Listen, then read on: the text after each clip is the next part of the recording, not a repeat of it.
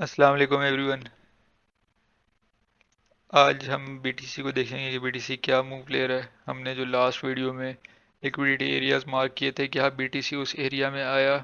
ठीक है, सीपीआई के बाद क्या इम्पैक्ट था और अभी मार्केट किस तरह मूव ले रही है। तो स्टार्ट करते हैं। अभी हम डेली कैंडल को देखते हैं। डेली कैंडल एक अच्छा मूव ले रही है आज की डेली कैंडल, लेकिन हम इसको अभी किसी सिनेरियो को जज नहीं कर सकते। उसकी एक वजह है कि आज था फ्राइडे। ठीक है, फ्राइडे को वैसे ही अवॉइड करनी चाहिए क्योंकि लास्ट वीक डे होता है और फाइनेंशियल मार्केट्स क्लोज हो रही होती हैं, तो लिक्विडिटी बहुत ज़्यादा मार्केट ले रही होती है। ठीक है, लिक्विडिटी लेने से ये मतलब है कि मार्केट, जो लोगों ने स्टॉप लॉसेस अपने प्लेस किए होते हैं, मार्केट उन एरियाज़ को काफ़ी ज़्यादा हंट कर रही होती है। स्टॉप लॉस हंट काफ़ी ज़्यादा हो रहा होता है, तो उसमें क्या होता है, जो अच्छे ट्रेडर्स भी होते हैं उनको लॉस होता है।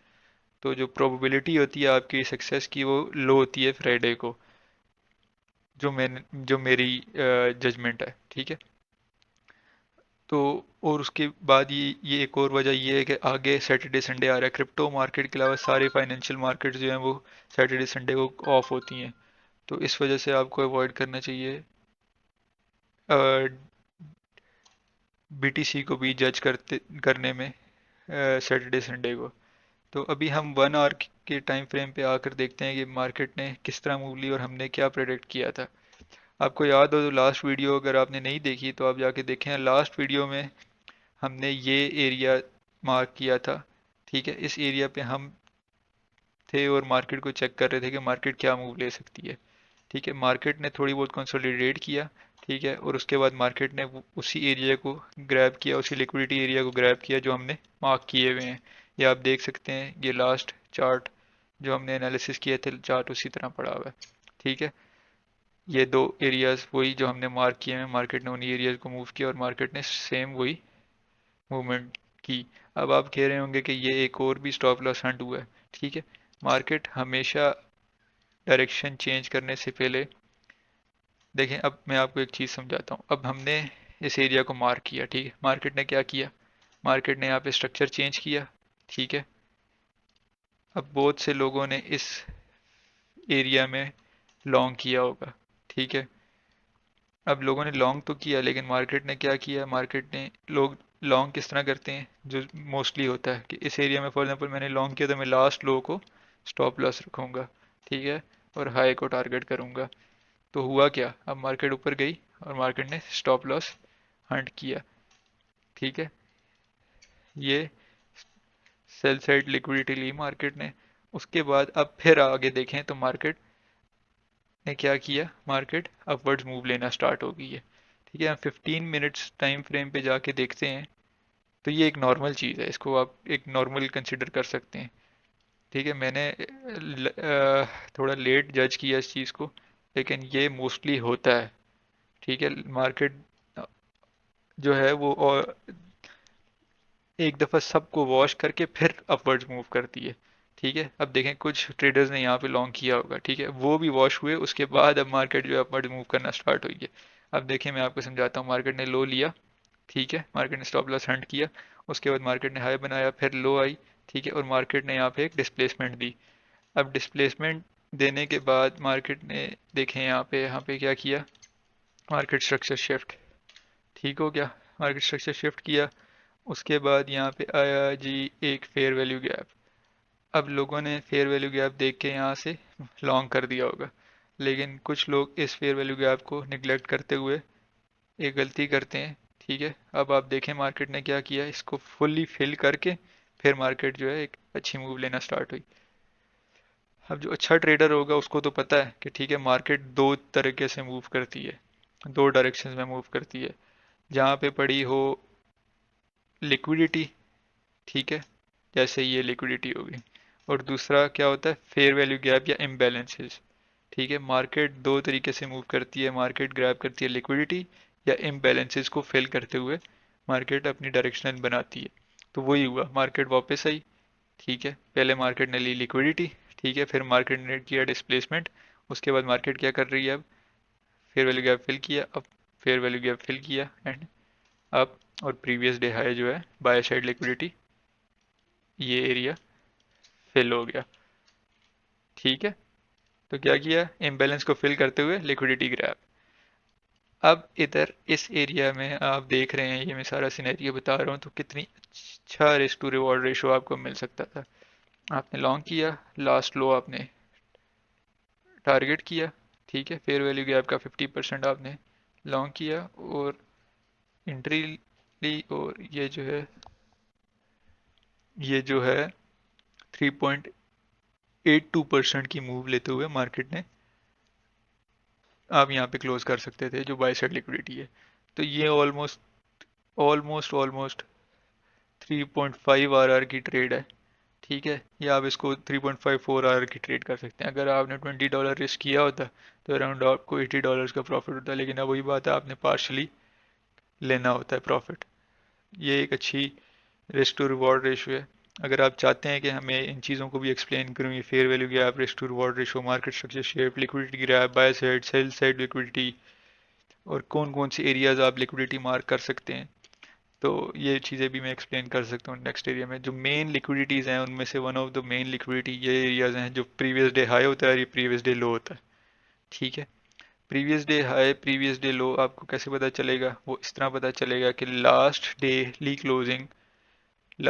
क्लोजिंग के बाद जो लास्ट डेली क्लोजिंग कैंडल का हाई होता है उसको प्रीवियस डे हाई बोलते हैं, और जो लो होता है उसको प्रीवियस डे लो बोलते हैं।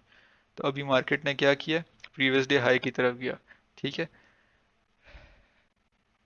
अब अगर आपने देखना है लॉन्ग की एंट्री, तो आपको क्या सिनेरियोज देखने पड़ेंगे।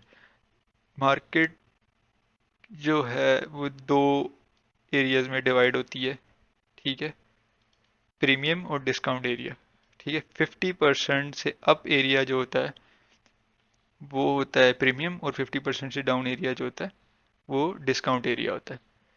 तो अगर आपने लॉन्ग की ट्रेड देखनी है तो आपने मोस्टली कोशिश करनी है कि डिस्काउंट एरिया में आप लॉन्ग टारगेट करें और प्रीमियम में जाके क्लोज करें, ठीक है।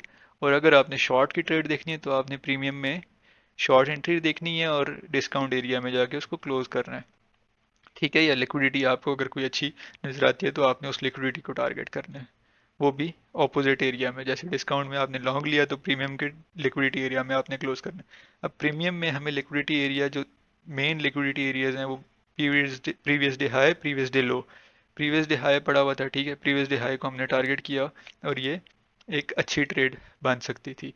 अब आप सोच रहे होंगे कि मैंने ये ट्रेड क्यों नहीं ली, क्योंकि मैं जो हूँ मोस्टली नैस्डैक को ट्रेड करता हूँ, ठीक है।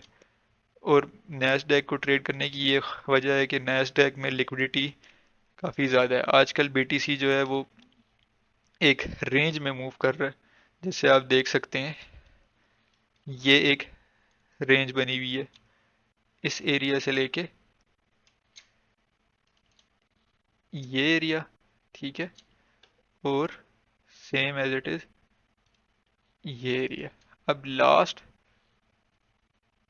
थर्सडे से लेके आज फ्राइडे हो गया और मार्केट जो है एक इस एरिया में मूव कर रही है। अगर आप ट्रेड्स लेना चाहते तो ले सकते थे, लेकिन आप देखें कंसोलिडेशन काफ़ी ज़्यादा है, ठीक है। मार्केट हाई लिया फिर कंसोलिडेट हुई, ठीक है, ये देखें कंसोलिडेशन, फिर सेम एज इट इज़ ये कंसोलिडेशन है यहाँ पे काफ़ी ज़्यादा, ठीक है, ठीक है। उससे पहले हमें एक और नज़र आ रही है।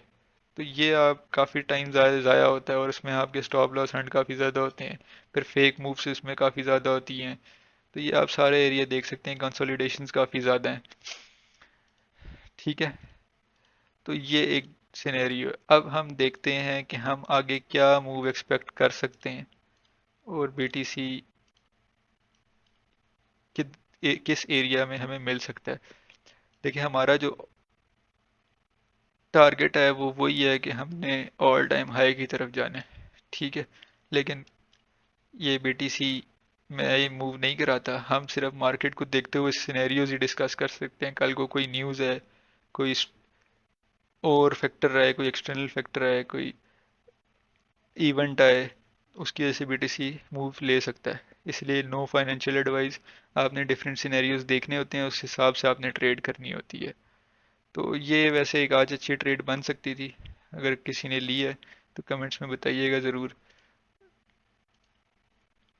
अच्छा, अब हम देखते हैं बीटीसी नेक्स्ट किस एरिया तक जा सकता है, ठीक है, अगर तो बीटीसी इससे ऊपर क्लोजिंग देता है प्रीवियस डे हाई से, तो हम एक्सपेक्ट करेंगे मार्केट मूव करे हायर।